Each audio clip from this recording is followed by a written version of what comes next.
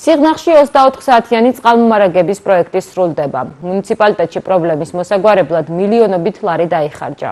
პროექტის ფარგლებში სრულად შეიცვალა მიწისქვეშა კომუნიკაციები. პარალელურად დაიწყო წყლის სისტემის გაყვანის დროს დაზიანებული გზების რეაბილიტაციაც და ბოლო 4 წლის მანძილზე 100 კილომეტრამდე მონაკვეთზე დაიგო ასფალტის საფარი. პირველი იყო სასმელი წყლის პრობლემა და ამ სასმელი წყლის პროგრამა ზუსტად ამ დროს დავიწყეთ კიდეც და ერთდროულად დაიწყო თითქმის ყველა სოფელში 95% სოფლებში ჩვენს მუნიციპალიტეტში ერთდროულად დაიწყო სასმელი წყლის პროგრამა.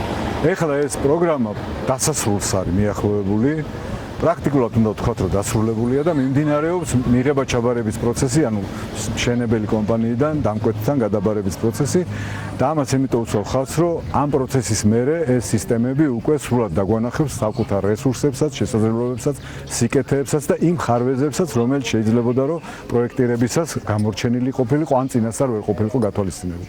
და ახლა ეს რატო ვახსენე? რა თქმა უნდა, რომ უმნიშვნელოვანესი იყო ჩვენი მუნიციპალიტეტის სასმელი წყლით უზრუნველყოფის პროგრამა. ეს იყო ერთ-ერთი მთავარი და მნიშვნელოვანი პრიორიტეტი. ბევრი რამეა მასზე დამოკიდებული. ბევრი რამე, მათ შორის ტურიზმის განვითარებაც, მათ შორის ეკონომიკა, სოფლის მეურნეობა, ბევრი რამეა.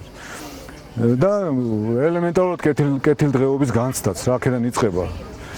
მაგრამ ამ პროგრამამ ჩვენ პრიორიტეტად გვიკარნახა უკვე საგზაო ინფრასტრუქტურა, შიდა სასოფლო ინფრასტრუქტურა, რომელიც ამ პროგრამის მიერ მეტნაკლებად დაზიანდა.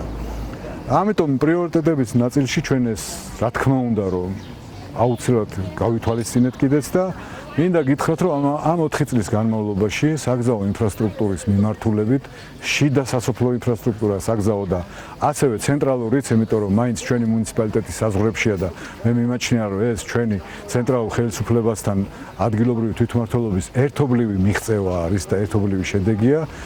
აი ამ 4 წლის განმავლობაში შემიძლია გითხრათ რომ 100 კილომეტრამდე გზა არის მოასფალტებული.